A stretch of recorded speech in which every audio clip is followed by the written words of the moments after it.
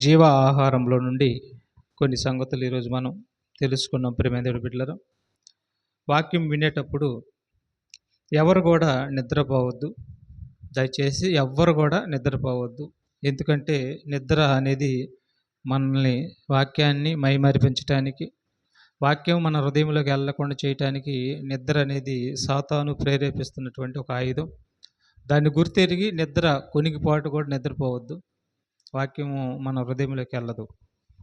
కాబట్టి వాక్యాన్ని శ్రద్ధగా మనం అంగీకరిద్దాం. ప్రియమైన దేవుడి బిడ్డలారా, ఈ సందర్భంలో మనం ఒక విషయాన్ని గమనించాలి. ఏంటంటే అది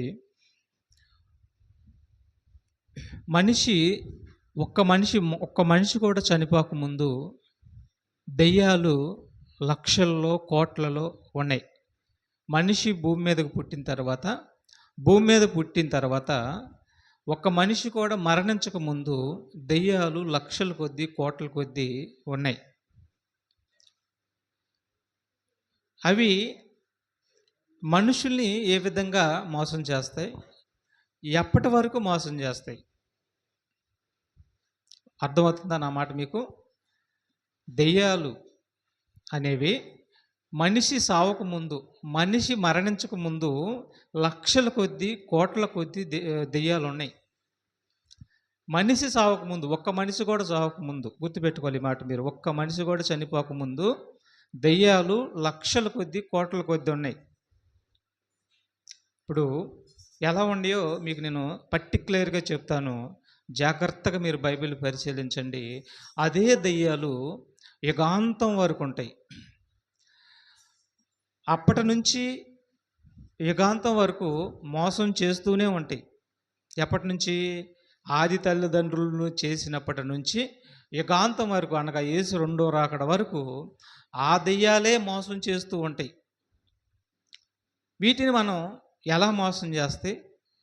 అసలు ఆ దెయ్యాలు ఎవరు? అసలు మనిషి సావకముందే దెయ్యాలు ఉండే. ఒక్క మనిషి కూడా చనిపోలేదు. ఆదాము చనిపోలేదు, అవ్వ చనిపోలేదు. వాళ్ళిద్దరే ఈ సృష్టిలో పుట్టినటువంటి, మరి దేవుడు చేసినటువంటి, తన చేతులతో చేసినటువంటి వాళ్ళిద్దరే. వాళ్ళు చనిపోకముందే దెయ్యాలు కోట్ల కొద్ది ఉన్నాయి. అంటే మనుషులే చనిపోకముందు దెయ్యాలు ఉన్నాయి. వారెవరు, వారు ఎలాగ మోసం చేస్తారు అనేది మనం బైబిల్ నుంచి పర్టికులర్గా పరిశీలిద్దాం. బైబిల్ మనం వినేటప్పుడు చాలా సూక్ష్మంగా, సున్నితంగా బైబిల్ని మనం అర్థం చేసుకోవాలి. బైబిల్ని మనం అర్థం చేసుకోకుండా ఉంటే ఏమైందంటే అపార్థం చేసుకుంటాం బైబిల్. బైబిల్ ఏం చెబుతుంది? ఆది కాండం నుండి ప్రకటన గ్రంథం వరకు ఏం చెబుతుంది? దెయ్యాల గురించి ఏం చెబుతుంది? వారు ఎలా పడతారు, వారు ఎలాగ పట్టి మరి మనిషిని పీడిస్తారు, ఏ విధంగా మోసం చేస్తారు అనేది, వారు అసలు ఎవరు అనేది పర్టికులర్గా ఆది కాండం నుంచి ప్రకటన గ్రంథం వరకు క్షుణ్ణంగా రాసి పెట్టాడు దేవుడు. వాటిని మనం పరిశీలించాలంటే దేవారాత్రం మనం గ్రంథాన్ని చదవాలి. ఫస్ట్ ఆఫ్ ఆల్ అది గుర్తుపెట్టుకోండి. దేవారాత్రం గ్రంథాన్ని చదవాలి ఒకటి. రెండోది, సేవకుడు చెబుతున్నప్పుడు ఆ విధంగా ఉందో లేదో బైబిల్ చూడాలి మీరు. ఈ రెండు మీకు ఉంటేనే బైబిల్ అర్థమైద్ది. లేదంటే మాత్రం మీరు ఆశలు వదులుకోవటమే. మరి చదువు లేదు కదా అంటారేమో. చదువు లేని వాళ్ళు కూడా గ్రహిస్తారు.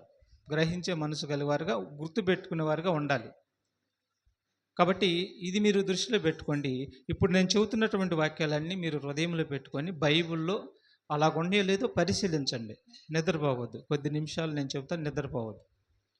ఇప్పుడు మార్కు సువార్త 4:24లో యేసుక్రీస్తు వారు ఏమన్నాడో చూడండి. మార్కు సువార్త 4:24 యేసుక్రీస్తు వారు అంటున్నటువంటి విలువైనటువంటి మాటను మనం గమనించగలిగితే, మరియు ఆయన మీరు ఏమి వినుచున్నారో జాగ్రత్తగా చూసుకోండి అన్నాడు. ఎక్కడ చూసుకోవాలి జాగ్రత్తగా? మీరు ఏమి వినుచున్నారో జాగ్రత్తగా చూసుకోండి అన్నాడు.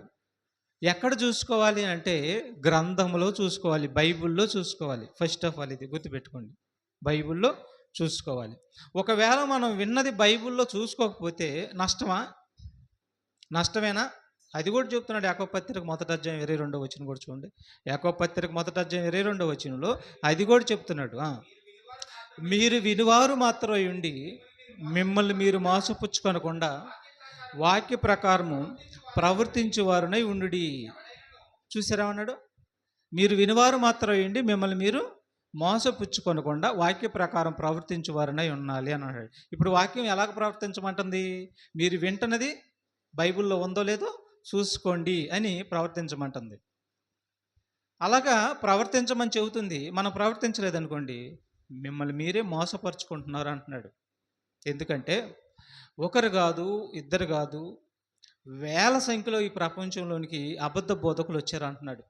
ఒకళ్ళు కాదు, ఇద్దరు కాదు, వేలు లక్షల కొద్ది వచ్చారు అబద్ధ బోధకులు. అనేకులైనటువంటి అబద్ధ బోధకులు ప్రపంచంలోకి వచ్చారు. వారు మీకు తెలియాలంటే ముందు మీకు బైబిల్ తెలియాలంటున్నాడు దేవుడు. ముందు మీరు వింటున్నది బైబిల్లో ఉందో లేదో చూసుకోమని చెప్తున్నాడు. అప్పుడు నిజమేంటి అబద్ధం ఏంటి మీకు కళ్ళ కట్టొచ్చినట్టుగా మీకు తెలిసిద్దని చెప్తున్నాడు. అంటే మనం చూసుకోకపోతే మనకే నష్టం. ఎలా నష్టం? ఏమి నష్టం అనుకుంటారేమో. కన్ను మూసిన మరుక్షణమే నరకం తథ్యం. మనుషుల మాటల్లో లేదు నిత్య జీవము, దేవుడి మాటల్లోనే ఉంది నిత్య జీవము. లేఖనము లేదు మీకు నిత్య జీవం ఉంది, మనుషుల మాటల్లో మనకు నిత్య జీవము లేదు. కాబట్టి ఆ దేవుడి మాటలు మనం పరిశీలించాలి ప్రియమైన బిడ్డలారా. తర్వాత ఎఫెసీ పత్రిక 5:6 వచనం కూడా చూద్దాం. ఎఫెసీ పత్రిక 5:6 వచనంలో, ఎఫెసీ పత్రిక 5:6 వచనం అపోస్తలుడైన పౌలు గారు ఎఫెసీలకు పత్రిక రాస్తున్నటువంటి మాట, వ్యర్థమైన మాటల వలన ఎవడును మిమ్మల్ని మోసపరచనీయకుడి. చూసారేమన్నాడు? వ్యర్థమైన మాటల వలన ఎవడునో మిమ్మల్ని మోసపరచనీయకుడి అంటున్నాడు. ఎందుకంటే ఈ ప్రపంచంలోనికి అనేకులైనటువంటి వారు వచ్చారు, వారు మిమ్మల్ని మోసం చేస్తారన్నాడు. ఎవరిని మోసం చేస్తారంటే ఏర్పరచబడిన వారు సైతం కూడా మోసం చేస్తారంట. మత్తయి సువార్త చూడండి ఒకసారి. మత్తయి సువార్త 24 అధ్యాయము 11 వచనం. మత్తయి సువార్త 24:11 వచనం చూద్దాం. చూడండి, అనేకులైనటువంటి అబద్ధ ప్రవక్తలు వచ్చి పలువురిని మోసపరిచెదరు అన్నాడు. పలువురిని మోసపరిచెదరు అన్నాడండి. అనేకులు, ఒకళ్ళు కాదు, ఇద్దరు కాదు, అనేకులు అన్నాడు. ఈ అనేకులు మనకి ఈనాడు ప్రపంచంలో చూడగలిగితే ఇదిగో మాది మంచి బోధ, ఇదిగో మాది మంచి బోధ, ఇదిగో మాది మంచి బోధ అని అనేకులు ఎక్కువగా వాళ్ళే చెబుతున్నారు. ఎవరిని అడిగినా కానీ మాది మంచి బోధ, ఎవరిని అడిగినా కానీ మాది మంచి బోధ అంటున్నారు. మరి ఇక్కడ పౌలు గారు ఏమంటున్నాడు? యేసుక్రీస్తు వారు అంటున్నాడు, అనేకులు అటువంటి అబద్ధ ప్రవక్తలు వచ్చి పలువురిని మోసపరిచేదరు అంటున్నాడు. ఇప్పుడు అనేకులు అన్నాడు, సత్యం చెప్పేవారు కొద్దిమంది అన్నాడు. ఇప్పుడు అనేకులు గుర్తించాలంటే ఏం తెలుసు మనకి? ఏం తెలుసు? ఎలా గుర్తించాం మనం అని అంటే, బైబిల్ నీకు రావాలి. ఆదికాండం మొదలుకొని ప్రకటన గ్రంథం వరకు సారాంశం నీకు వస్తే అప్పుడు నీకు అనేకులు ఎవరో, సత్య సంబంధాలు ఎవరో పర్టికులర్గా మనకు అర్థమైపోయింది. కాబట్టి 24 వచనం కూడా చూడండి. 24 వచనం, అబద్ధపు క్రీస్తులను అబద్ధపు ప్రవక్తలను వచ్చి సాధ్యమైతే ఏర్పరచబడిన వారు సైతము మోసపరచుటకై గొప్ప సూచక్రియలను మహత్కార్యాలను కనపరిచెదరు. చూసారా? అనేకులు అంటుండే అబద్ధ ప్రవక్తలు వచ్చి ఏర్పరచబడిన వారు సైతం మోసం చేస్తారంట. అంటే ఇప్పుడు మనం చాలా జాగ్రత్తగా ఉండాలి, చాలా జాగ్రత్తగా మనం ఉండాలి ప్రియమైన దేవుని బిడ్డలారా. ఇప్పుడు దెయ్యము అనేది ఎప్పటి నుంచి ఉంది? మనిషి ఈ భూమి మీద మొట్టమొదటి మనిషి ప్రాణము విడవక ముందు నుంచి దెయ్యాలు కోట్లలో ఉండి, లక్షల్లో ఉండి అవి మనుషుల్ని ఎలాగ మోసం చేస్తాయి, ఆ దెయ్యాలు ఎవరు అనేది మనం పర్టికులర్గా బైబిల్ నుంచి పరిశీలిద్దాం. ప్రకటన గ్రంథం 5:11 వచనం. ఆ దెయ్యాలు ఎట్లా ఉండేవో చూడండి ఒకసారి. ప్రకటన గ్రంథం 5:11 వచనం ఎంత సంఖ్యలో ఉండే చూద్దాం. మరియు నేను చూడగా సింహాసనమును జీవులను పెద్దలను ఆవరించి ఉన్న అనేక దూతల స్వరము వినబడెను. వారి లెక్క కోట్ల కొలిదిగా ఉండెను. ఎవరి లెక్క? దేవదూతల లెక్క కోట్ల కొలిదిగా ఉండెను. ఎక్కడుండెను? పరలోకంలో ఉండెను. పరలోకంలో వాటి లెక్క కోట్ల కొలిదిగా ఉంది. కోట్లు కొలిదిగా ఉన్నటువంటి ఆ దేవదూతలు దేవుడి దగ్గర, దేవుడి యొక్క మరి దగ్గరుండి ప్రభువుకి ప్రతిదినము స్తుతులు చెల్లిస్తాయి. స్తుతులు, ఆరాధన, ప్రభు దగ్గర ఆరాధన చేస్తాయి. అవి ఆరాధన చేస్తాయి అవన్నీ కూడా. స్తోత్రం స్తోత్రం నీకే నీకే తండ్రి అని నిత్యము గాన ప్రతిగానాలు చేస్తూ దేవుడి దగ్గర అవి స్తుతులు చెల్లిస్తాయి అన్నమాట. ఇవి కోట్ల కొద్దిగా ఉన్నాయి. ఈ కోట్ల కొద్దిగా ఉన్నటువంటి ఈ దేవదూతల్లో ఒక దేవదూతకి హృదయంలో దురాలోచన పుట్టింది, గుర్తుపెట్టుకోవాలి. ఈ కోట్ల కొద్దిగా ఉన్నటువంటి ఈ యొక్క దూతల్లో ఒక దూతకి దురాలోచన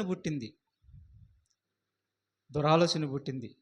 ఎందుకంటే మరి పరలోకంలో కూడా దూతల్లో కూడా క్యారెక్టర్లు ఉండారు, వారిలో కూడా పదవులు ఉన్నాయి, వారిలో కూడా అధికారులు ఉండారు. ఒకసారి అది కూడా చూద్దాం. ఎఫెసీ పత్రికలో 3:8 వచనం చూడండి. పరలోకంలో ఉన్నటువంటి దూతల యొక్క అధికారం గురించి చెప్తున్నాడు. ఎఫెసీ పత్రిక 3:8 వచనం. దేవుడు మన ప్రభు అయిన క్రీస్తు యేసునందు చేసిన నిత్య సంకల్పం చొప్పున పరలోకములో, చూసారా, పరలోకంలో ఎవరున్నారు? ప్రధానులు, దూతలు, ప్రధానులకును అధికారులకును సంఘము ద్వారా తన యొక్క నానా విధమైన జ్ఞానం ఇప్పుడు తెలియబడవలని ఉద్దేశించి చాలు. పరలోకంలో ఎవరున్నారు? ప్రధానులు, అధికారులు ఉండారు పరలోకంలో. అంటే పరలోకంలో ఉన్నటువంటి దూతలకి దేవుడు కొంత అధికారాన్ని, పదవిని దేవుడు వారికి ఇవ్వటం అనేది జరిగింది. వాటిల్లో ఒక దేవదూతను మనం చూడగలిగితే అదే దేవుడి మీద గర్వపడినటువంటి దేవదూత, అదే దేవుడి మీద దురాలోచన చేసినటువంటి దేవదూత. దానికి ఇవ్వబడినటువంటి అధికారము అభిషేకింపబడినటువంటి దేవదూత అంటాడు. అంటే అభిషేకం అంటే నిర్ణయింపబడింది, ఒక పదవి దానికి ఇవ్వబడింది. ఇవ్వబడినటువంటి ఒక దూత దేవుడి మీద తిరుగుబాటు చేసింది. ఎలా తిరుగుబాటు చేసిందంటే, తన బిడ్డలు భూమి మీదకి రాబోతున్నారు, తన బిడ్డలకి ఈ పరలోకాన్ని నేను ఇస్తాను, నా బిడ్డలు కూడా మీరు సేవ చేయాలి, మీరు ఎప్పుడు సేవకులుగానే ఉండాలి, నా బిడ్డలకు మీరు సేవ చేయాలి, నా బిడ్డలతో పాటు మీకు అధికారం ఇవ్వను. చూసారా, నా బిడ్డలకు మీరు సేవకులే కానీ మీకు అధికారం నేను ఇవ్వను, నా బిడ్డలకి ఆ స్వాస్థ్యం ఇస్తానని చెప్పి దేవుడు మరి మనసులో ఉన్నది అవి ఎరిగినవై దేవుడి మీద తిరుగుబాటు చేసింది దూత. దేవుడి మీద తిరుగుబాటు చేసింది. ఒకసారి యెహెజ్కేలు గ్రంథం 38 అధ్యాయం చూడండి. యెహెజ్కేలు గ్రంథము 38 అధ్యాయము 28 14 నుండి 16 వరకు మనం చూడగలిగితే, ఆ పరలోకంలో ఉన్నటువంటి కోట్ల కొద్ది ఉన్నటువంటి దేవదూతల్లో ఒక దూత, అధికారం కలిగినటువంటి దేవదూత, కెరూబు అనే పేరు కలిగినటువంటి దేవదూత దేవుడి మీద ఎలా గర్వపడిందో చూడండి. ఒకసారి చదువుదాం. అభిషేకము నొందిన కెరూబువై ఒక ఆశ్రయముగా నువ్వు ఉంటివి, అందుకే నేను నిన్ను నియమించి తిని, దేవునికి ప్రతిష్ఠించబడిన పర్వతం మీద నీవుంటివి, కాళ్ళుచున్న రాళ్ళ మధ్యను నీవు సంచరించుచుంటివి, నీవు నియమింపబడిన దినము మొదలుకొని, బాగా వింటున్నారా, పరలోకంలో దాన్ని నియమించాడంట, అభిషేకించి దాన్ని నియమించాడంట. అభిషేకించటం అంటే అర్థం ఏంటంటే స్థాపించటం, ఒక పని మీద నిర్ణయించటం అని అర్థం. దేవుడు దానిని అభిషేకించాడు అంటే నిర్ణయించి దానికి ఒక అధికారం అనేది ఇచ్చాడు. ఆ అధికారాన్ని దాన్ని దుర్వినియోగం చేసుకుని అది ఏం చేసిందంటే, మరి మీ పిల్లలతో పాటు నాకెందుకు స్వాస్యము అధికారం ఇవ్వవు, నేను ఈ బానిస బతుకు బ్రతకవలసిందేనా, నీకును నీ బిడ్డలకు సేవ చేయవలసిందేనా అని చెప్పి దురాలోచన చేసి నేను మహోన్నతునితో సమానంగా చేసుకుంటానని చెప్పి మనసులో అనుకుందంటండి. పాపం దాంట్లో కనపడిందంట, దాని హృదయంలో కనపడిందంట దేవుడికి. అంటున్నాడు చూడండి, పాపము ఏమన్నాడు అక్కడ, పాపముని యందు కనపడి వరకు ప్రవర్తన విషయంలో, చూసావా, పాపముని యందు కనపడే వరకు యథార్థవంతుడిగా ఉందంట దేవదూత, యథార్థవంతుడిగా ఉన్నాడంట పాపము కనపడే వరకు. ఎప్పుడైతే పాపం కనపడిందో ఇక దేవుడికి కోపం వచ్చేసింది. కోపం వచ్చేసి తిరుగుబాటు చేస్తుంది. ఎలా తిరుగుబాటు చేస్తుందంటే, ఇక దాని చుట్టూ ఉన్నటువంటి కొన్ని లక్షల కోట్ల దేవదూతల్ని, కొంత దేవదూతల్ని ప్రేరేపించేసింది. ఏమని, ఇక ఈ పరలోకంలో మనకు అధికారం ఏమీ లేదు, మనం ఎప్పుడు బానిసత్వం చేయటమే అని చెప్పి తన చుట్టుపక్కల ఉన్నటువంటి కొన్ని దేవదూతల్ని ప్రేరేపించి మోసం చేసి యుద్ధానికి సిద్ధపడ్డాయి. యుద్ధానికి సిద్ధపడ్డాయి. యుద్ధానికి సిద్ధపడి దానికి ముందు ఇంకో మాట కూడా ఉంది, చూద్దాం. యెషయా గ్రంథంలో కూడా చూద్దాం. యెషయా గ్రంథము 14వ అధ్యాయము 12వ వచనం. యెషయా గ్రంథం 14, 12వ వచనం చూడండి. దాని యొక్క తీరు, దాని యొక్క గర్వము దేవుడి మీద ఎంతగా హెచ్చించుకుంటుందో చూడండి. తేజో నక్షత్రమా, దానికి పేరండి ఇది. అది కూడా వెలుగుతూ ఉండిద్దంట, అది కూడా ప్రకాశిస్తూ ఉండిద్దంట. కానీ ఆ వెలుగు, ఆ ప్రకాశం అనేది డూపు. చూసారా, ఈనాడు చాలామంది మరి కళలో ఒక వెలుగు వచ్చింది అనుకో, ఏమనుకుంటారు? కళ్ళలో వెలుగు వస్తే ఏమనుకుంటారు? యేసయ్య వచ్చాడు, అంతే కదా. ఇది కూడా వెలుగంట. వెలుగుతోత వేషం వేసుకుందంట. ఇది కూడా వెలుగుతోత వేషం వేసుకొని నీ దగ్గరికి వచ్చిందంట నైట్ పూట. కళ్ళలోకి వచ్చేసరికి మనం ఏమనుకుంటాం? అబ్బా, యేసుప్రభు రానే వచ్చాడు, దేవుడు రానే వచ్చాడని మనం ఆలోచిస్తాం. అది మనల్ని ఏం చేస్తుందంటే భ్రమ పెడుతుంది. యేసుప్రభు కాదు నాయన, ఇదిగో వెలుగుతోత వేషం వేసుకొని తెల్లగా నీ దగ్గరికి వచ్చింది. దాని వెలుగు ప్రకాశం చూసేసరికి దేవుడు రానే వచ్చాడని మనం భ్రమపడతాం. అందుకే దాని పేరు ఏంటంటే భ్రమపరుచు ఆత్మ. చూడండి, తేజో నక్షత్రమా, వేకువ చుక్క, నీ వెట్లు ఆకాశం నుండి పడితివి, జనములను పడగొట్టిన నీవు.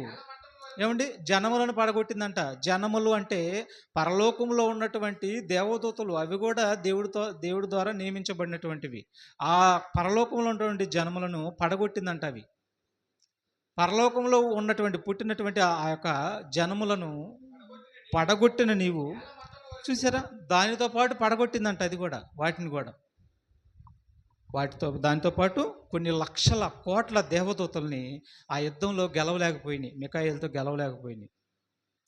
గెలవలేక ఆ సైన్యము దెబ్బకి మరి పడదోయబడ్డాయి, కిందకు పడదోయబడ్డాయి. అప్పుడు ఏమంటుందో చూడండి, జనములను పడగొట్టిన నీవు నేల మట్టం వరకు ఎట్లు నరకబడితివి. నేను ఆకాశంనకు ఎక్కిపోయేదను, దేవుడి నక్షత్రములకు పైగా నా సింహాసనమును హెచ్చించును. చూడండి, దేవుడి నక్షత్రములకు పైగా నా సింహాసాన్ని హెచ్చించుకుంటానంటుంది. చూసారా, ఇట్లా ఈ విధంగా అది హెచ్చించుకొని గర్వపడి దేవుడి మీద తిరుగుబాటు చేసి మరి యుద్ధం ప్రకటన చేసినప్పుడు యుద్ధంలో జయించలేక పాపం చేసింది, యుద్ధంలో ఓడిపోయి తొక్కబడింది. అలా పాపం చేసినటువంటి ఆ దేవదూతల గురించి పేతురు పత్రికలో మాట అంటాడు. అది కూడా చదువుకున్నాం చూడండి ఒకసారి. 2 పేతురు పత్రిక 2వ అధ్యాయం 4వ వచనంలో, అక్కడ నిలవ తావులేదంట, వాటికి తొక్కివేయబడ్డాయి అంటున్నాడు. 2 పేతురు పత్రిక 2వ అధ్యాయం 4వ వచనం. దేవదూతలు పాపం చేసినప్పుడు దేవుడు వారిని విడిచిపెట్టక. బాగా వింటున్నారు ఈ మాట. దేవదూతలు పాపం చేసినప్పుడు పరలోకంలో తిరుగుబాటు చేశాయి, దేవుడి మీద తిరుగుబాటు చేశాయి, పాపం చేసినాయి అంట పరలోకంలోనే. పాపం అంటే అర్థం ఏంటి? స్త్రీ పురుషుల మధ్య ఉన్నటువంటి అక్రమ బంధం గురించి కాదు పాపం మాట్లాడుతుంది. ఇక్కడ దేవుడి మీద తిరుగుబాటు చేయటమే పాపం. గుర్తుపెట్టుకోవాలి మీరు, దేవుడి మీద తిరుగుబాటు చేయటమే పాపం. దేవుడి మీద తిరుగుబాటు చేసినవి, పాపం చేసినటువంటి దేవదూతల్ని ఆయన ఏం చేశాడు? చూడండి, ఏం చేశాడు? విడిచిపెట్టక పాతాళ లోకమందలి కట్టిక చీకటి గల బిలములోనికి త్రోసి తీర్పు కావలిలో ఉంచిపెట్టాడండి వాటిని. తీర్పు కావలిలో ఉంచిపెట్టాడు వాటిని. చూసారా, పాపం చేసినటువంటి దేవదూతల్ని తీర్పు కావలిలో ఉంచిపెట్టాడంటండి. ఒకసారి యుద్ధం గురించి కూడా చూద్దాం. ప్రకటన గ్రంథం 12వ అధ్యాయం కూడా చూడండి. ఈ తీర్పులోనికి పోకముందు యుద్ధం జరిగిందండి అక్కడ. ప్రకటన గ్రంథం 12వ అధ్యాయము 7 నుంచి 9 వరకు. అంతటా పరలోకమందు యుద్ధము జరిగెను. మిఖాయేలును అతని దూతలను ఆ ఘట్ట సర్పముతో యుద్ధము చేయవలెనని ఉండగా, ఆ ఘట్ట సర్పము దాని దూతలు యుద్ధము చేసిరు కానీ, అదిగో చూసారా, ఆ ఘట సర్పము దాని దూతలు అంటే మోసపరిచింది దూతల్ని, లక్షల్లో మోసపరిచింది దూతల్ని, యుద్ధాన్ని ప్రకటించాయి. కనుక జయించలేకపోయినాయి అవి. కనుక పరలోకమందు వారికి ఇక స్థలము లేకపోయాను. చూసారా, స్థలము వారికి లేకపోయాను. తొక్కేసాడు, వాటిని తొక్కేసాడు, తొక్కివేసి పాతాళంలో వాటిని బంధించాడు. ఇలాగా బంధించినటువంటి దేవుడు కొద్ది దినములు దాన్ని విడుదల చేశాడండి. ఇది అర్థం చేసుకోవాలి మీరు. కొద్ది దినాలు దాన్ని విడుదల చేశాడు. ఎందుకు విడుదల చేశాడంటే, అది భూమి మీద దేవుడి మీద తిరుగుబాటు చేసింది కదా, పరలోకంలో దేవుడి మీద తిరుగుబాటు చేసింది కదా.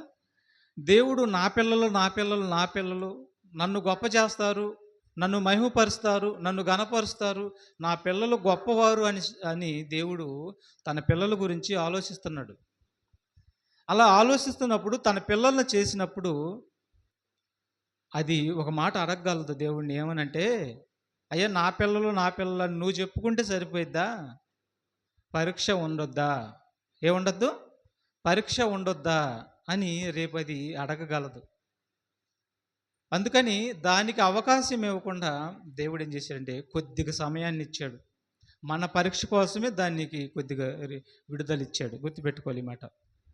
మనం దాన్ని జయించాలి. దాని తలను చితక తొక్కడం కోసమే దానికి కొద్ది కాలం అనుమతి ఇచ్చాడు. అనుమతిస్తే ఏమంటుందో తెలుసా? ఒకసారి హెబ్రీ పత్రిక 2:5 చూడండి. హెబ్రీ పత్రిక 2:5 ఏమంటున్నాడు చూడండి. మనము మాట్లాడుచున్న ఆ రాబో లోకమును ఆయన దూతలకు లోపరచలేదు. ఎవరికి లోపరచలేదు? దూతలకు లోపరచలేదంట. అదే వచ్చింది ఇప్పుడు తంట. ఎప్పుడైతే ఆయన దూతలకు లోపరచలేదో అప్పుడే దేవుడి మీద తిరుగుబాటు చేసింది, యుద్ధం ప్రకటించింది, పాతాళంలో తొక్కబడింది. పాతాళంలో తొక్కబడిన తర్వాత దేవుడు మనల్ని చేసిన తర్వాత కొద్ది దినాలు మన మీదకి దానికి అనుమతి ఇచ్చాడు. ఎందుకంటే దాన్ని జయించాలని, దాని తలను చితక తొక్కాలని, దాని ఆలోచనలు, దాని తలంపులు మీరు చితక తొక్కి నా దగ్గరికి రావాలని కొద్ది దినాలు దానికి అనుమతి ఇచ్చాడండి. అనుమతి ఇచ్చినప్పుడు అది ఎలా వచ్చింది తెలుసా? మనుషుల దగ్గరికి కళ్ళు ఎర్రగా చేసుకొని ఉగ్ర రూపం ధరించి, నాకు దక్కని, నా సైన్యానికి దక్కని ఈ పరలోకాన్ని తన బిడ్డలైనటువంటి వారికి నేను ఎలా దక్కనివ్వనని చెప్పి కంకణం కట్టుకొని ఉగ్రత ధరించుకొని మన దగ్గరికి వచ్చిందండి. గర్జించు సింహమలే దొరికిన వారిని దొరికినట్టుగా మింగాలని మరి క్రూరత్వంతో మన దగ్గరికి వచ్చి ఈనాడు మరి దాన్ని జయించమని దేవుడు చెప్తే దాని దెబ్బకు బలైపోతున్నారు ప్రపంచంలో. మొట్టమొదట ఎక్కడికి వచ్చింది? అది ఆది తల్లిదండ్రుల దగ్గరికి వచ్చింది. బాగా వినాలి మీరు. మనిషి చనిపోక ముందు, ఒక్కరైనా చనిపోక ముందు దెయ్యం ఉందా లేదా? ఉందా? ఒక్కరైనా చనిపోక ముందు దెయ్యం ఉందా లేదా? ఏ దెయ్యం ఉంది అమ్మా? పాపం చేసినటువంటి దెయ్యాలు, దేవుడి మీద తిరుగుబాటు చేసినటువంటి దూతలే దెయ్యాలుగా మారినాయి. ఈ దెయ్యాలు ఒక్కరైనా, ఆదామైనా అవ్వైనా చనిపోక ముందే వారి దగ్గరికి వచ్చింది. వచ్చేమంది? దేవుడు ఏమన్నాడు? పండు దినమున మీరు ఇచ్చేమగా చచ్చెదరు అని దేవుడు చెప్పినప్పుడు అది వచ్చేమంది? సావనే సావరు. ఎవరు అది? దెయ్యం. దెయ్యమా దేవదూత? అది దెయ్యం. అది దెయ్యంగా మారింది. అది వచ్చి మాట్లాడింది. చావనే చావరు అని చెప్పినప్పుడు ఖచ్చితంగా వారు మరి దాని మాటకు లోపడ్డారు. అది వారిని దాని మాటకు లోపరుచుకొని మరి వారు పాపం చేసేటట్టుగా చేసింది. ఇక అప్పటి నుంచి దాని గేమ్ ప్రారంభమైంది. దాని ఆట మొదలైంది. అప్పటి నుంచి మొదలైనటువంటి ఆట యుగాంతం వరకు కొనసాగిద్ది. అది అర్థమైందా? అప్పటి నుంచి మొదలైందండి. అప్పటి నుంచి అదే దెయ్యము యుగాంతం వరకు మనుషుల్ని పట్టి మోసం చేస్తుంది. అదే దెయ్యం మనుషుల్ని పట్టి మోసం చేస్తుంది. ఆది తల్లిదండ్రులే మొట్టమొదట మనుషులు. వారిలో ఒకరైన సాకు ముందు దెయ్యం ఉంది. ఆ దెయ్యమే ఆది తల్లిదండ్రులు ప్రేరేపించింది, ఆది తల్లిదండ్రులకి చనిపోయేటట్టుగా చేసింది. అదే దెయ్యము కయ్యోనులోకి వచ్చింది. ఎవరిలోకి వచ్చింది? కయ్యోనులోకి వచ్చిందండి. ఒకసారి పేతురు పత్రిక చూద్దాం. మొదటి పేతురు పత్రిక 5:8 నిబ్బరమైన బుద్ధి గలవారై మెలకువగా ఉండుడి, మీ విరోధి అయిన అపవాది. ఎవరికి విరోధి? అది మనకి విరోధి. మన మనసుని చెరిపేసిద్ది, లోకాశలను చూపించిద్ది, లోకాశను చూపించి మన మనసును చెరిపి నిత్య నరకానికి తనతో పాటు తీసుకొని వెళ్ళాలని కంకణం కట్టుకొని కూర్చొని మన మీదకి అది వెర్ర వీగుతూ వస్తుంది, క్రూరత్వం గలదై వస్తుంది. మనకు విరోధైనటువంటి అపవాది గర్జించి సింహం వలె ఎవరిని మృంగుదనని ఈ ప్రపంచంలో వెతుకుతూ తిరుగుతుంది. తెలుసా ఎవరికన్నా ఈ దెయ్యం తెలుసా? ఈ దెయ్యం బారిన పడినంది ఈనాడు ప్రపంచం. ఈ దెయ్యం బారిన పడ్డారండి ఈనాడు మనుషులందరూ కూడా. ఆనాడు ఆది తల్లిదండ్రులు ఈ దెయ్యం బారినే పడ్డారు. ఇప్పుడు కయ్యోను కూడా ఆ దెయ్యం బారినే పడ్డాడు. అర్థమవుతుందా? కయ్యోను హేబేలు చనిపోకముందు, హేబేలు నీతిమంతుడు. హేబేలు చనిపోకముందు దెయ్యము కయ్యోనులోకి వచ్చిందంటే నమ్మగలరా మీరు? హేబేలు చనిపోకముందు మొట్టమొదట చనిపోయింది ఎవరు? హేబేలే. ఈ ప్రపంచంలో మనుషులు పుట్టిన తర్వాత మొట్టమొదట చనిపోయింది ఎవరంటే హేబేలు. హేబేలును చంపడానికి ప్రేరేపించింది ఎవరు? దెయ్యం. అంటే ఒక్క మనిషి కూడా చనిపోకముందు దెయ్యం పుట్టింది. అదే దెయ్యం, గుర్తుపెట్టుకోవాలి. అదే దెయ్యం ఈనాడు ప్రపంచాన్ని అతలాకుతలం చేస్తుంది, దురాలోచనలు పుట్టిస్తుంది, మనుషుల్ని సర్వనాశనం చేస్తుంది, నరకానికి తీసుకొని వెళ్ళిపోతుందండి. ప్రకటన 20:3 కూడా చూద్దాం. ప్రకటన గ్రంథం 20:3. ఆ 1000 సంవత్సరములు గడుసు వరకు ఇకను జనములను మోసపరచుకున్నట్లు అగాధమును మూసి దానికి ముద్ర వేసెను. ఇందాక మీకు చెప్పాను కదా, అది అగాధంలో పడవేశాడు. పాతాళ మందలో ఒక మూలం దానికి పడవేసి ముద్ర వేసాడు అని చెప్పాను. అలా ముద్ర వేసిన తర్వాత కొద్ది కాలము దానికి సమయం ఇచ్చాడండి. అటు పిమ్మట వాడు కొంచెం కాలము విడిచిపెట్టబడవలను అన్నాడు. చూసారా? విడిచిపెట్టబడవలను. ఎందుకంటే పరీక్ష నిమిత్తం. రాసుకోండి మీరు. ఎవరెవరో పై మాటలు, పొడి మాటలు చెప్పుకుంటూ వెళ్ళిపోతారు. దానికి జ్ఞానం అని పేరు పెట్టుకుంటారు. ఇది వాక్యం, నిజమైన వాక్యం అని పేరు పెట్టుకుంటారు. పొడి మాటలు చెప్పుకుంటూ పోతాం. ఇంత లోతైన విషయాలు ఎవరు చెప్పరు. మీరు రాసుకొని ఇంటికి వెళ్ళినా చదవండి. అదే ప్రకటన 12:12 కూడా చూద్దాం. విడిచిపెట్టబడవలను అని అన్నాడా? అన్నాడు. అన్నటువంటి తండ్రి విడిచిపెట్టాడు. చూడండి దాన్ని. అందుచేత పరలోక నివాసులారా ఉత్సహించుడి. చూసారా? పరలోకంలో ఉన్నటువంటి వారులారా మీరు ఉత్సహించండి. ఎందుకంటే దీని దరిద్రం మీకు వదిలిపోయింది. దేని దరిద్రం?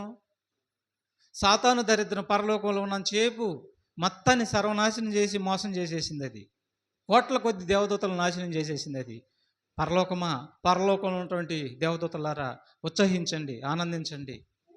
అయితే భూమి నీకు శ్రమ అంటున్నాడు. భూమి అంటే అర్థం ఏంటి? భూమికి కాదు, భూమిలో ఉన్నటువంటి మనుషులకని అర్థం. భూమి, సముద్రమా మీకు శ్రమ. అపవాది అదిగో చూసారా, కొంచెం సమయం ఇచ్చాడు. అపవాది తనకు సమయం కొంచెమేనని తెలుసుకొని బహు క్రోధం గలవాడై మీ వద్దకు దిగివచ్చి ఉన్నాడు. క్రోధంతో వచ్చాడు. కోపం వేరు, క్రోధం వేరు. కోపం ముదిరితే క్రోధంగా మారిపోద్ది. ఇక అది వచ్చి పడితే లేపేయటం నిన్ను.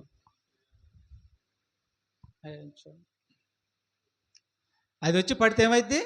నిన్ను లేపేయటమే. అలాగా వచ్చి క్రోధం గలవారై నీ వద్దకు వచ్చాడు. సమయం కొద్దిగానంట దానికి ఇచ్చింది. కొద్దిగా ఇచ్చిన సమయంలో రాత్రి పగులు వేటాడుతుంది. అది వేటాడి మనుషులను పట్టుకొని సర్వనాశనం చేసి తనతో పాటు పాతాళానికి తీసుకొని వెళ్ళిపోతుంది ఈ క్రూరమైనటువంటి దెయ్యం.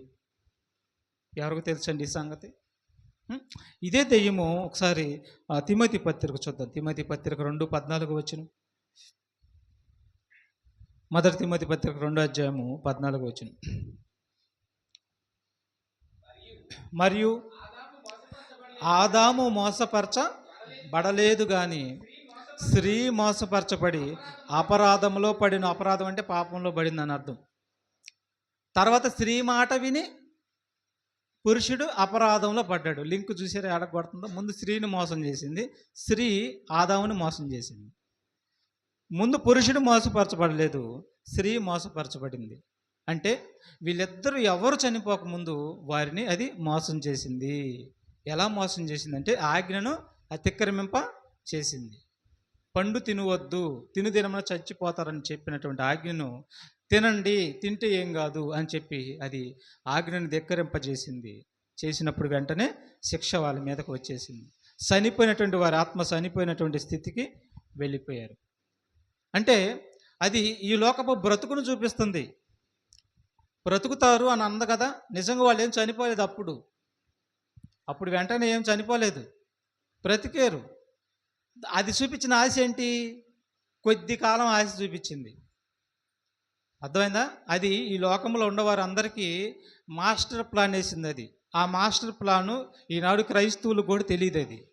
ఏంటి ఆ మాస్టర్ ప్లాన్ అంటే, లోక ఆశలు చూపించి నిన్ను నరకానికి తీసుకుని వెళ్తాం. ఇది దెయ్యం చేసేటటువంటి లక్షణం. ఇప్పుడు వారికి లోకాశలు చూపించింది. దేవుడేమో చనిపోతారు, ఆజ్ఞను అతిక్రమించొద్దు, తినుదినమని చచ్చిపోతారని చెప్పినప్పుడు, చనిపోరు తినండి మీరు బ్రతుకుతారు అంది. దాని మాట నెరవేరింది. ఎలాగా? తిని వెంటనే చనిపోయారా? చనిపోలేదు, కానీ ఆత్మలో చనిపోయారు. ఆత్మలో చనిపోయారు. తర్వాత 830 సంవత్సరాలకి మరి ఆయన చనిపోతాడు. 930 సంవత్సరాలకి ఎవరు? ఆదాం చనిపోతాడు. ఆదాముకి సావు కారణం అదే. అర్థమైందా? ఈనాడు ప్రపంచంలో ఉన్నటువంటి మనుషులందరికీ సావు కారణం అదే. ఏమండి, అమరులు అండి మనందరం. అసలు సావే లేకుండా పుట్టించాడండి. ఎందుకండి మనకి పరిస్థితి దాపరిచింది?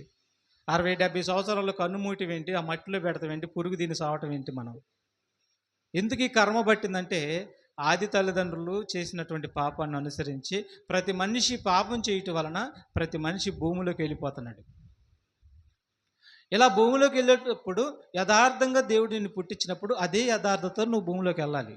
పాపం ఉండి వెళ్ళావంటే మాత్రం కరెక్ట్గా సాతాను దగ్గరికి వెళ్ళిపోతావు. అందుకని పాపము మనలో ఉండకూడదు. అది లోకాశలన్నిటిని చూపించి మనల్ని దెయ్యము మోసం చేస్తుంది. మొదటి యోహాను పత్రిక చూడండి త్వరగా. మొదటి యోహాను పత్రిక 2వ అధ్యాయము 16-17 వచనాలు. మొదటి యోహాను పత్రిక 2వ అధ్యాయము 16-17 వచనాలు. అందరూ బైబిల్ తీయండి ప్రేమ దేవుడు పెట్టారా.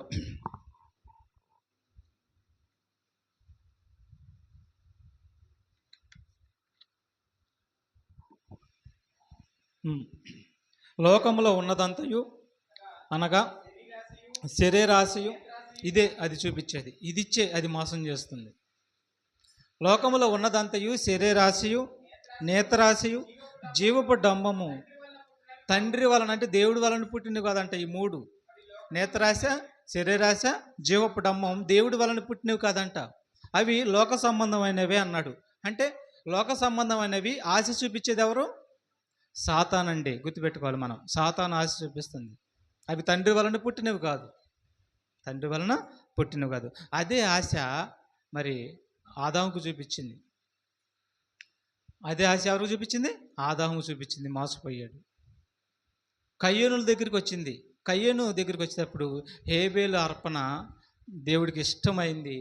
కయ్యేను అర్పణ దేవుడికి నచ్చలేదు. ఎందుకంటే కయ్యేను మనసు బాగోల, కల్మషంతో ఉంది కయ్యేను మనసు. అర్పణను అంగీకరించలేకపోయాడు దేవుడు. ఆ అర్పణ ఎప్పుడైతే అంగీకరించలేదో కయ్యోనికి మిక్కిలి కోపం వచ్చి రక్త బంధాన్ని కూడా విడిచిపెట్టి మరి తమ్ముడిని చంపేటట్టుగా అదే ప్రేరేపించింది. ఆ దెయ్యమే.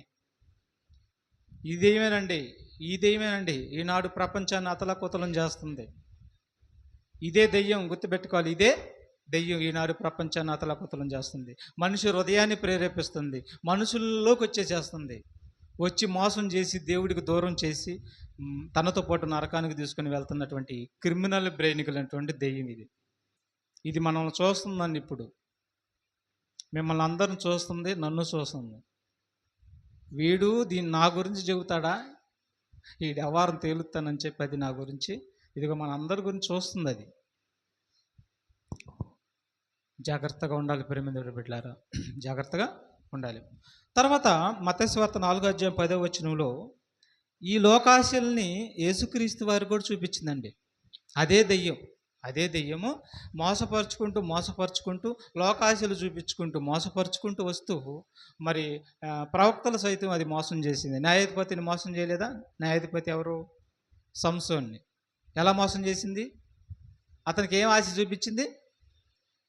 ఒక ఢిల్లీలోని ఆశ చూపించింది. మరి అంత బలాజ్యుని కూడా మోసం చేసేసింది. చూసారా? దాని తంత్రము ప్రపంచంలో ఎవ్వరికి తెలియదు. బైబిల్ని గుర్తెరిగిన వారికి మాత్రమే తెలిసింది దాని తంత్రం. సంసోన్నే మోసం చేసింది. తర్వాత అననీయ సప్పీరాలను కూడా మోసం చేసింది. ఇస్కారేతు యోధాని కూడా మోసం చేసింది. ఈ విధంగా మోసం చేసుకుంటూ ఎందరినో పడగొట్టుకుంటూ సృష్టికర్త దగ్గరికి కూడా వచ్చిందండి. సృష్టికర్త ఎవరు? యేసుక్రీస్తు వారు. కలిగి ఉన్నది ఏదియో ఆయన లేకుండా కలగలేదు. యేసుక్రీస్తు వారి దగ్గరికి వచ్చి ఏమంటుందో తెలుసా? మీరు ఎప్పుడైనా విన్నారు ఈ మాట? చూడండి ఒకసారి, మత్తయి 4:10 వచనం, 9 నుంచి 9 వచనం. మరలా అపవాది మిగులు ఎత్తైన ఒక కొండ మీదకి ఆయనను తీసుకొని పోయి ఈ లోక రాజ్యములన్నిటినీ వాటి మహిమను ఆయనకు చూపి, నీవు సాగిలపడి నాకు నమస్కారం చేసిన ఎడల వీటన్నిటిని ఏమండి ఎవరికి నమస్కారం చేయమంటుంది? ఎవరికి సాగిలపడమంటుంది? బాగా అర్థం చేసుకోండి మీరు. దెయ్యం అంటే అర్థం కాదు ఈనాడు ప్రపంచానికి. యేసుక్రీస్తు దగ్గరికి వచ్చి, సృష్టికర్త దగ్గరికి వచ్చి, అదే దెయ్యం, పరలోకంలో మోసపరిచినటువంటి సమూహం, అదే దెయ్యాలు యేసు దగ్గరికి వచ్చి ఏమంటుంది? నీవు నాకు సాగిలపడు అంటే మోకరించాలంట యేసుప్రభు. దానికి ఎంత గుండె ధైర్యం అండి అది. నువ్వు మోకరించి సాగిలపడి నాకు నమస్కారం చేస్తే ఈ లోకములో ఉన్నటువంటి బంగారం, వెండి సమస్తం నువ్వు కోరిందల్లా నీకు ఇస్తాను అని అంటుందండి. అని ఆయనతో చెప్పగా యేసు వానితో ఎవరిని పొమ్మన్నాడు? సాతానా పొమ్ము అంటే యేసుప్రభుకి ఏం చూపిస్తుంది? అది లోక ఆశలన్నీ చూపించేస్తుంది. నువ్వు నాకు మ్రొక్కు, సాగిలపడు, నమస్కారం చెయ్యి అంటుంది యేసుప్రభుని. ఈనాడు మనం కూడా ఈ లోక ఆశలన్నిటిని పెట్టుకొని దేవుడిని కానీ విడిచిపెడితే నువ్వు ఖచ్చితంగా సాతాను దగ్గర మోకరించి నమస్కారం చేస్తున్నావు, సెల్యూట్ చేస్తున్నావు సాతానికి. దానికి నువ్వు మ్రొక్కుతున్నావు. దానికి మ్రొక్కుతూ దేవుడా దేవుడా దేవుడా దేవుడా అని నువ్వు అంటున్నావు. అట్ట మోసం చేస్తుందండి. అప్పుడు యేసుప్రభు వారు ఏమన్నాడంటే, సాతానా పొమ్ము, నీ దేవుడికే ఈ ప్రపంచంలో ఎవరైనా సరే ప్రభు అయిన నీ దేవుడికే మాత్రమే మ్రొక్కాలి అంటున్నాడండి. ఇక ఈ లోకంలో ఉన్న వాటికి అన్నిటికీ నువ్వు మ్రొక్కొద్దు అంటే వాటికి నమస్కరించవద్దు. దేనికైనా అది ఎంతటిదైనా సరే దానికి సాగిలపడొద్దు. దాన్ని దేవుడి కంటే ఎక్కువగా ప్రేమించొద్దు అన్నాడు. కానీ అదేం చేస్తుంది? సిరిని ఆశను చూపిస్తుంది. ఏదైతే యేసుప్రభు విసర్జించాడో, ఏదైతే ప్రవక్తలు విసర్జించారో వాటన్నిటిని అది మరి ఆశలు చూపిస్తుందండి. సిరిని, బంగారాన్ని, వెండిని, ఉద్యోగం కావచ్చు మొదలగు వీటన్నిటిని ఆశలు చూపిస్తుంది. ఏమంటే పని చేసుకోవాలి కాదని అంటలేదు. దేవుడు పనికి, దేవుడు ఆలోచనలకి పక్కన పెట్టేసి కాదు, మొదటి ప్రియారిటీ దేవుడికి ఇవ్వాలి, తర్వాత నువ్వు పని చేసుకోవాలి. అట్ట కాకుండా పూర్తిగా దేవుడిని విడిచిపెట్టేసి మన కార్యక్రమాల్లో మనం ఉంటే ఖచ్చితంగా వాటికి నువ్వు సాగిలి పడుతున్నావు. అలా సాగిలి పడేటట్టుగా చేసి రేపు నువ్వు దేవుడు దూరం అయిపోయి నరకానికి పోయేటట్టుగా దాని క్రిమినల్ బ్రెయిన్ ఉంది. అది దాన్ని గమనించగలవాడు ఎవడు ఈ ప్రపంచంలో? దాని కుయుక్తిని, దాని తంత్రములను ప్రపంచంలో ఎవడు గమనించగలడు?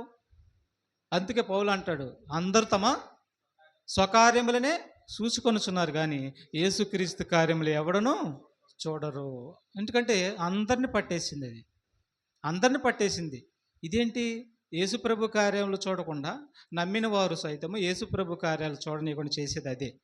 అంటే యేసుప్రభు కార్యాలు చూడలేదంటే పట్టిందని అర్థం. ఆలోచించండి, పట్టిందని అర్థం. వాళ్ళు చనిపోయారంటే మాత్రం ఒక్కొక్క క్షణంలోనే నరకానికి వెళ్ళిపోతారండి. ఈ విధంగా మోసం చేసుకుంటూ వస్తుందండి దెయ్యం. మరి మీరు గుర్తించొద్దా దాన్ని? చూడండి, మనుషులు అందరూ ఎక్కడుండారు అంటుండో చూడండి ఒకసారి. మొదటి యోహాను పత్రిక 5:19 వచనం. మనుషులందరూ ఎక్కడుండారో చెప్తుంది. మనుషులందరినీ తన కైవసం చేసుకుంది, మనుషులందరినీ తన వశంలో చేసుకొని మనుషులందరూ తన తోక చుట్టూ తిప్పుకుంటుందండి. అది చూడండి, మనుషులందరూ ఎక్కడుండారని చెబుతున్నారు చూడండి గ్రంథకర్త. మనము దేవుని సంబంధులమనియు లోకమంతయు దుష్టుడి యందు ఉన్నదని విరుగుదుము. వాట్ ఏ వండర్ఫుల్ వర్డ్ అండి. లోకమంతా ఎక్కడుందంట? దుష్టుడి యందు ఉందంట. ఎలా ఉంది? లోకమంతా ఎలా ఉంది? దుష్టుడి యందు ఉందంట. ఎలా ఉంది? ఇస్కరియోతు యూదా ఎక్కడున్నాడు? యేసు ప్రభుతో కలిసి 12 మందిలో ఒకడు. దేవుడిలో ఉన్నటువంటి యేసు ప్రభుని ఇస్కరియోతు యూదాని దుష్టుడి సంబంధంగా లాగేసింది. ఎలా లాగేసింది? ఏమిచ్చి లాగేసింది?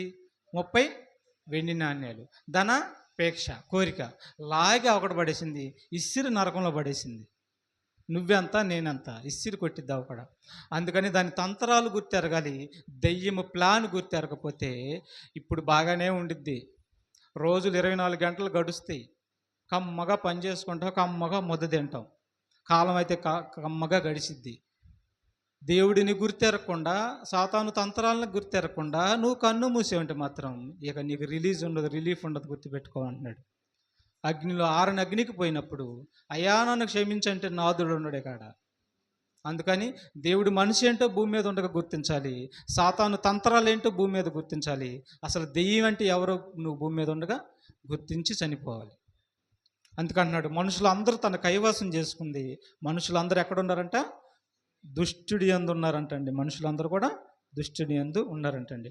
అందుకే 1 యోహాను పత్రిక 3:12 కయ్యూను గురించి ఏం మాట్లాడుతున్నాడు చూడండి ఒక మాట. 1 యోహాను పత్రిక 3:12 మనము కయ్యూను వంటి వారమై ఉండరాదు. అదిగో చూసారా? బాగా వినాలి, బాగా వినాలి. దుష్టిని సంబంధి అయ్యి అన్నాడు. ఎప్పుడయ్యాడంటే హేబేలును చంపక ముందే అయ్యాడు. గుర్తుపెట్టుకోవాలి మీరు. ఒక మనిషి అయినా చనిపోక ముందే దుష్టుడు వాడిని పట్టాడు, అతన్ని పట్టాడు. అతను దుష్టుడు సంబంధి అయి హేబేలు తన తమ్ముడిని చంపేసేసాడు. అంతకు మాత్రమేనా? అదేం చేయించింది? అబద్ధం. నీ తమ్ముడు ఎక్కడని అడిగాడు. ఏమంది? నా తమ్ముడికి ఏమో నువ్వు కావలి పెట్టావని అన్నాడు. అబద్ధం, అబద్ధం. అలాగే గెహజీ దగ్గరికి వచ్చింది. అబద్ధం. దొంగతనాలు, వ్యభిచారాలు, నరహత్యలు, వేషధారణ, మోసం, దగ, కొండెములు, దౌర్జన్యం చేయటం, మోసం చేయటం ఈనాడు ప్రపంచం అందరిలో బాగా ఇముడుకుపోయి ఉంది. అది అందరిని దుష్టుడు తన కైవశము చేసుకొని ఉన్నాడు. ఇప్పుడు దెయ్యం ఎవరో చెప్పండి మీరు? దెయ్యం ఎవరు? ఎక్కడున్నాడు? ఎవరిని పట్టాడు? మనుషులందరిని పట్టాడా లేదా? మనుషులందరిలో ఉన్నాడా లేదా? ఎలా చెప్పగలరు? అది చెప్పాలి మరి సమాధానం. ఎలా చెప్పగలరు మనుషులందరిలో ఉన్నాడు అని? ఎలా చెప్పగలరు చెప్పండి ఒకసారి నాకు సమాధానం. మనుషులందరిలో ఉన్నాడని ఎలా చెప్పగలరు? దుష్టుడు, దెయ్యం ప్రవర్తన బట్టి ఉన్నాడు. గుర్తుపెట్టుకోండి. పదే పదే పదే పదే అబద్ధం ఆడుతున్నావు అనుకో, నీలో ఖచ్చితంగా భయం లేకుండా ఉన్నాడు. నీలో వాడు పదే పదే పదే పదే బూతులు తిడుతున్నావు అనుకో, భయమేమి లేకుండా నీలోనే ఉన్నాడు వాడు. దెయ్యం అంతటి దెయ్యం నీలో పెట్టుకొని పూర్వము దేవుడి దగ్గరే మోసం చేసినటువంటి దెయ్యము, ఆది దెయ్యము, అది ఈనాడు ప్రపంచాన్ని అంతటిని మోసం చేసుకొని కైవసం చేసుకొని మన మీదకి వస్తుంటే, మనల్ని ప్రేరేపిస్తుంటే, దానిని వదిలేసి మనం ఇంకేదో దెయ్యం అని అనుకుంటున్నామండి. ఇంకేదో దెయ్యం అని అనుకుంటున్నాం.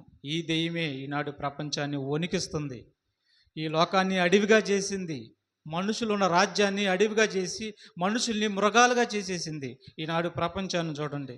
నరుక్కోవటం, చంపుకోవటం, మానభంగాలు, దౌర్జన్యము, ఒకరి సొమ్ము ఒకరు దోసుకోవటం, ఒకరి ఆస్తులు ఒకరు దోసుకోవటం, ఒక కుటుంబాన్ని ఒకరు నాశనం చేయటం, ఈ విధంగా సర్వనాశనము, రౌడీయిజం, దొంగతనాలు. ఈనాడు అట్టుడికి పోతుంది ప్రపంచం.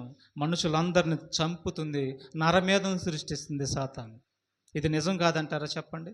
ఇది దెయ్యపు చేష్టలు కాదంటారా చెప్పండి? దెయ్యపు చేష్టలు అంటే ఇవే. దెయ్యం అంటే అదే. తర్వాత ఇంకో మాట కూడా చూద్దామండి. ఇంకో మాట అంటే కయ్యూనికి దెయ్యం పడితే అతడు అబద్ధకుడిగా మారిపోయాడు, అతడు నరహంతకుడిగా మారిపోయాడు. తర్వాత మార్కు సువార్త 8:33 చూడండి ఒకసారి, ముగించుకున్నాం. ఇంకా మార్కు సువార్త 8:33 అందుకు ఆయన తన శిష్యుల వైపు తిరిగి వారిని చూసి, సాతానా, నా వెనుకకు పొమ్ము, నీవు మనుషులను చూడండి. సాతానా, నా వెనకకు పొమ్మని తన శిష్యుల వైపు తిరిగి అంటున్నాడండి. పేతురు గారిని అంటున్నాడు. పేతురు ఏమంటాడంటే, అయ్యా నీకు శిలువ మరణము దూరం అవును గాక అన్నాడు. ఏమండి ఈ మాటలో తప్పు ఉందండి? అయ్యా నీకు శిలువ మరణం దూరం అవును గాక అన్నాడు. తప్ప ఈ మాట? తప్పు కాదు కదా? తప్పు కాదు, పెద్దగా చెప్పాలి. ఎవరంటాం? పేతురు అంటాం తప్పు. ఏది మంచిగా అడిగాడు కదా, అయ్యా శిలువ మరణం నీకు వద్దయ్యా, అసలు నువ్వు శిలువ మరణం వద్దయ్యా అని మంచిగా అడిగాడు కదా. ఇది బైబిల్ కొంచెం లోతుగా అభ్యసించిన వారు దీన్ని గ్రహిస్తారు. ఇట్లాంటి మాటలు చాలా లోతుగా ఉంటాయి. వద్దని అన్నాడు. వద్దు అనేది సాతాను యొక్క ప్లాను. ఎందుకంటే ఆయన శిలువ ఎక్కాడంటే, ఆయన మరణాన్ని జయించాడంటే ఈ లోకానికి రక్షణ వచ్చేసిద్ది ఇక. అందుకని ఆయన శిలువ మరణం ఎక్కకూడదు, ఆయన చనిపోకూడదు. మాస్టర్ ప్లాన్ వేస్తుంది. పేతురులోకి వచ్చి పేతురు యొక్క హృదయాన్ని ప్రేరేపించి, అయ్యా శిలువ మరణం నీకు దూరం అగును గాక అన్నంగలే వెంటనే పేతురుని పట్టుకుని సాతాను అన్నాడేంటి అంటే, సాతాను ఎవరిలోకి వచ్చింది? పేతురులోకి, మనిషిలోకి వచ్చేసింది. చూసారా? వచ్చి ఎంత ప్రేరేపిస్తుందో చూడండి. ఇదండి దెయ్యపు లక్షణం అంటే, ఇదండి దెయ్యపు చేష్టాలు అంటే. దెయ్యపు చేష్టాలు ఇవే, గుర్తుపెట్టుకోవాలి. ఏమండి, హిస్టీరియా అనేటువంటి ఒక వ్యాధి ఉంది. హిస్టీరియా, ఈ వ్యాధి ఎట్లా ఉండేదంటే, నొప్పి ఉండగానే, మనకు నొప్పి లేకపోయినా కానీ నొప్పి ఉన్నట్టుగా, నరాలు బలహీనత లేకపోయినా కానీ నరాలు బలహీనతగా ఉన్నట్టుగా, ఏదేదో పిచ్చి పిచ్చిగా మనం మాట్లాడకపోయినా కానీ మాట్లాడుతున్నట్టుగా, ఇక మరి అనేకమైనటువంటి రుగ్మతలతో బాధపడుతూ ఒక పిచ్చి చేష్టాలుగా నూరు కారుకుంటూ ఈ విధంగా పిచ్చి చేష్టాలు చేస్తారు. ఇది హిస్టీరియా అనేటువంటి వ్యాధి. దెయ్యం అలా చేయించిద్దా? దెయ్యం చూడండి, దెయ్యం ఎలా చేస్తుంది? హృదయాన్ని మెత్తగా ప్రేరేపిస్తుంది. అది చాప కింద నీరులాగా ప్రేరేపించి మనిషిని ఈ విధంగా పతనావస్థకు తీసుకుని వెళ్తుంది. తర్వాత పేతురు గారు మారతాడండి. పేతురు గారికి అర్థమైపోయింది నాలో దెయ్యం ఉందని.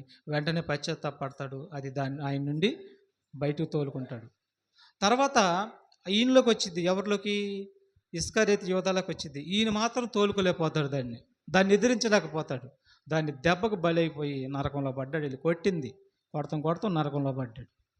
ఒకసారి ఆ మాట కూడా చూద్దాం. మార్కు సువార్త 8:33 వచనం. మార్కు సువార్త 8:33 వచనం చూడండి.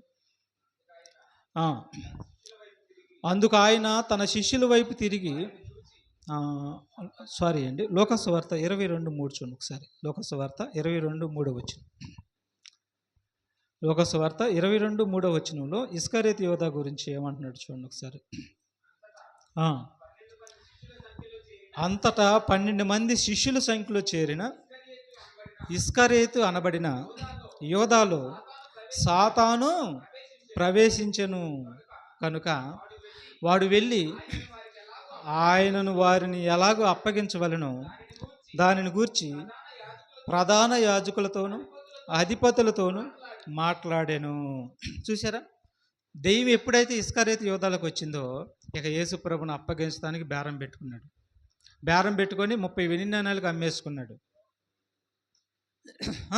అమ్మేసుకున్న తర్వాత ఆయన్ని చిత్రహింసలు పెడుతున్నారు.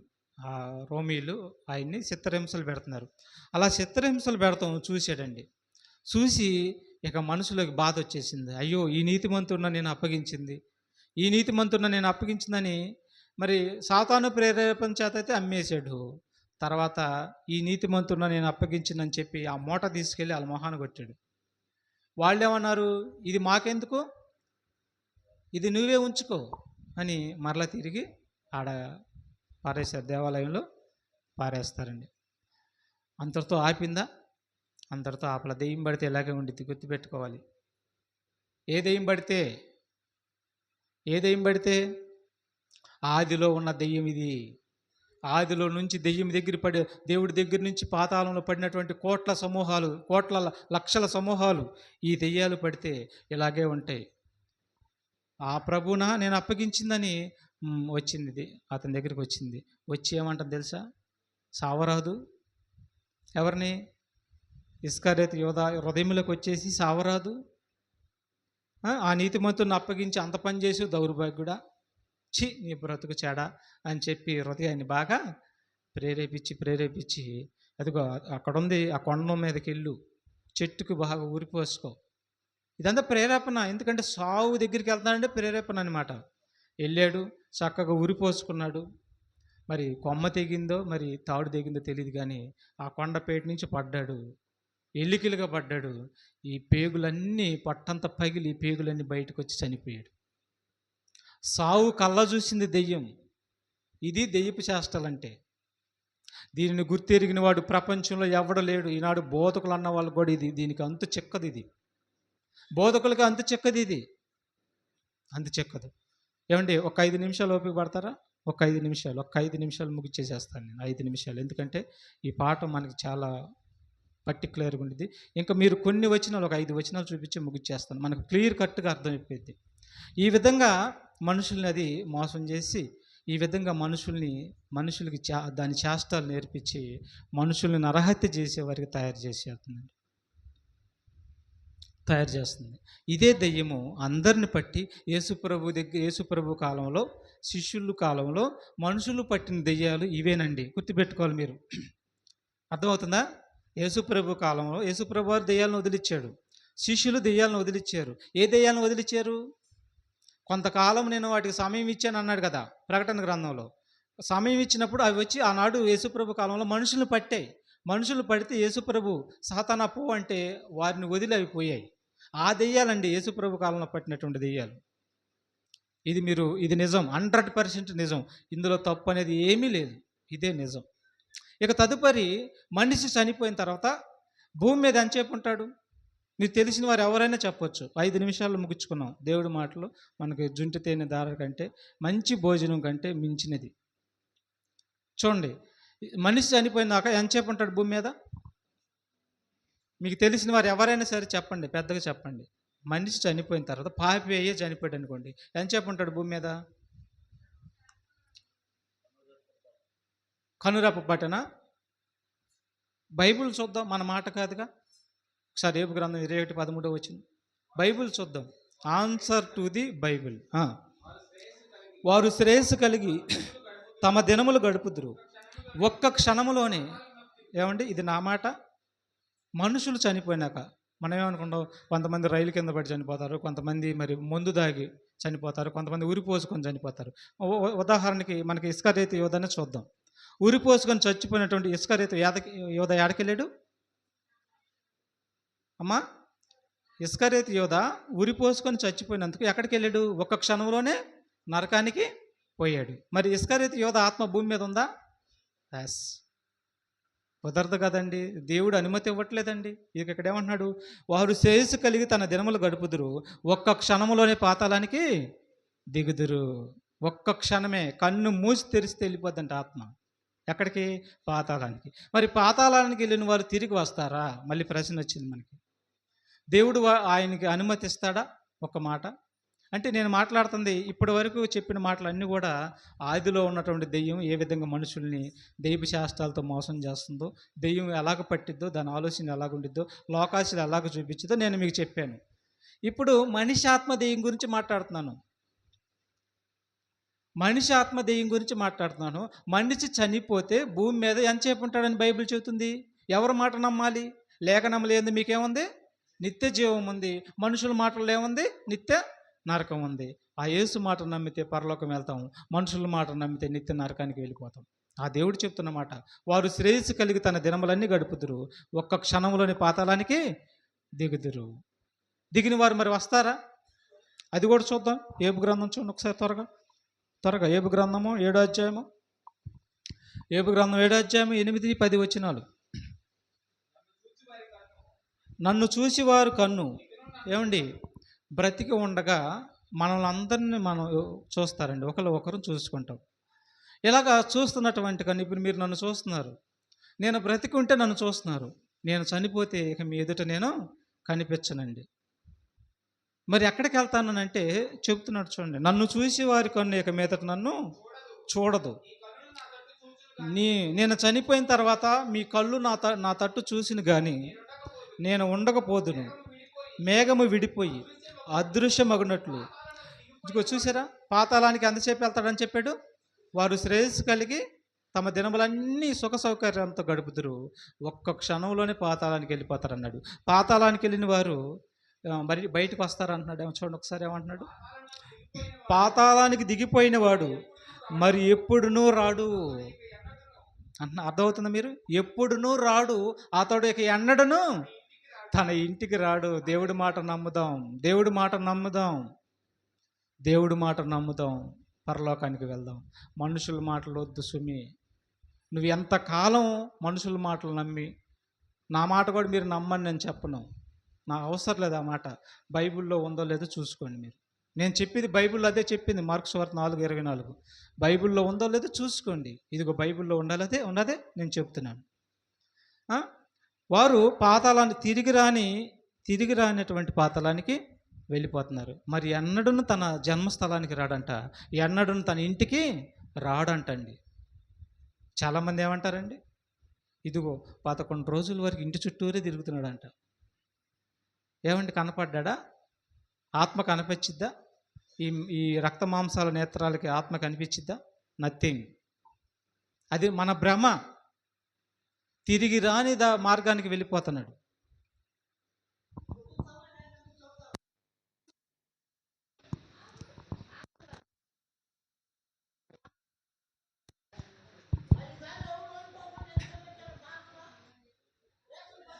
సరే అయిపోయింది, ముగిస్తాను. అయిపోయింది లేదా? కాబట్టి ఈ అవకాశాన్ని మీరు అర్థం చేసుకొని ప్రియమైన దేవుడు బిడ్డలారా,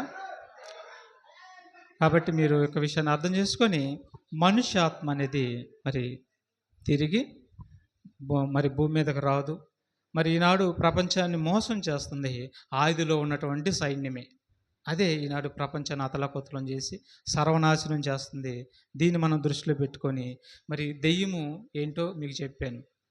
దేవదూతలే దెయ్యంగా మారి ఈనాడు ప్రపంచాన్ని ఏలుతున్నాయి. అవి మనుషులందరూ తన కైవాసాన్ని చేసుకుని అవి అలాగా మోసం చేస్తుంది. అది లోక ఆశలు చూపించి, హృదయాలను ప్రేరేపించి, తప్పుడు దావిని నడిపించి, పాపంలో నడిపించి మనుషులందరినీ తనతో పాటు నరకానికి తీసుకుని వెళ్తుంది ఆ మహాశక్తి దెయ్యం. ఆ దెయ్యమే ఈనాడు ప్రపంచాన్ని ఏలుతుంది. కాబట్టి ఈ నిజాన్ని మీరు గమనించుకొని, ఈ దెయ్యం గురించి మీరు బైబిల్లో స్పష్టంగా చదవండి. నిజాన్ని నేర్చుకుందాం, మరి పరలోకాన్ని వెళ్దాం, ప్రార్థన చేసుకుందాం.